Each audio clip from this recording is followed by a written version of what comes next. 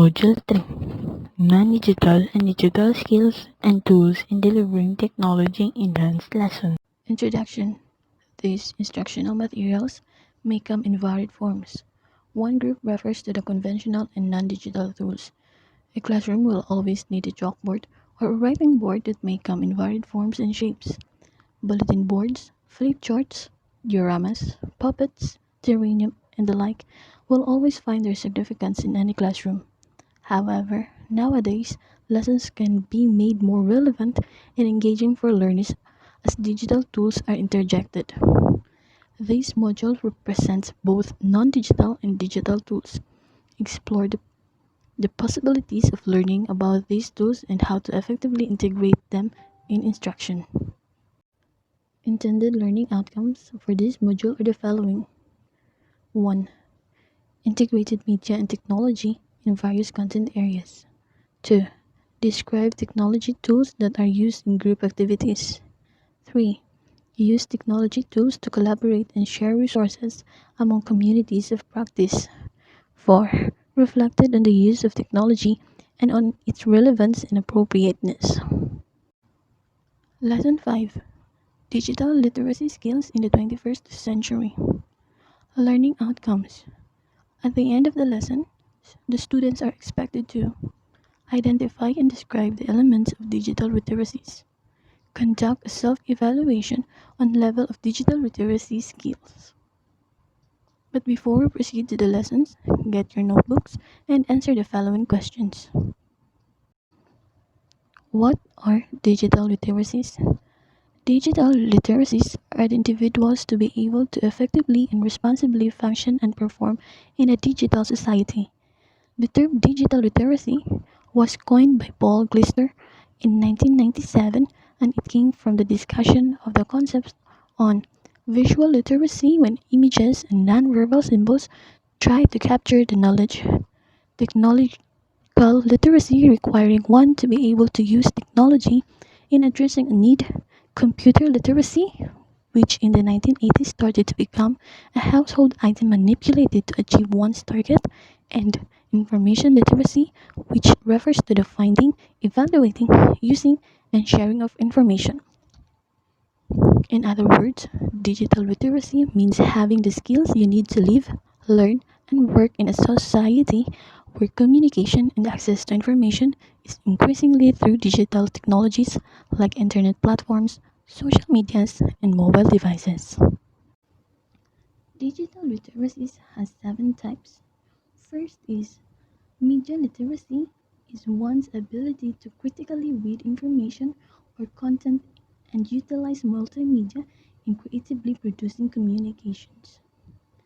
Second, information literacy. Information literacy is the ability in locating information from the web and interpreting while evaluating its validity in order that can be shared. Third, ICT literacy or communication technology is the ability to know how to select and use digital devices, applications, or services to accomplish tasks requiring the use of internet. Communications and collaboration. One's capabilities in being able to participate in the digital networks in the teaching and learning context. Identity management. Being able to understand how to ensure safety and security in managing online identity and foster a positive digital reputation. Learning skills. Ways of knowing how to study and learn in a technology enriched environment.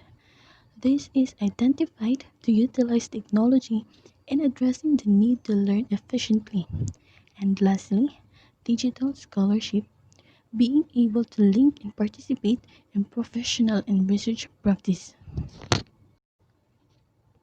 The 4 C's of the 21st century skills. In today's situation, students and teachers need these specific skills to fully participate into this global community. To perform well, you need to develop and enhance these skills, namely critical thinking, creativity, communication, and collaboration. Critical thinking. It is learning how to solve problems. It teaches students not to accept immediately claims without seeking the truth, This is the ability to differentiate facts from opinions. Creativity. This requires students to think out of the box and to take pride in what is uniquely theirs. It means that they will be able to look at the problem from multiple perspectives. Creativity encourages students to think beyond the expectation of conventions. Communication makes students express their ideas in the clearest and organized manner. Through varied modes, face to face, technologically mediated, or blended medium, they need to know how to effectively and clearly convey ideas. And lastly, collaboration happens when students know how to work well with others to accomplish a given task or solve a problem at hand. Digital literacy skills versus digital literacy. Digital skills means that you can follow a step-by-step process of creating an email account, while digital literacy means that you can recognize spam, know why it is being sent, and understand how email provides use filters to minimize potential harm. In short, digital literacy skills is the ability to follow a step-by-step process, while digital literacy is the ability why you follow the process and dig deeper to understand more. Leach 2017 identified 8 digital literacy skills needed to become digitally literate. These are coding is a universal language, basic understanding of HTML, CSS, and the like will create a shared understanding of what can be done with the web pages.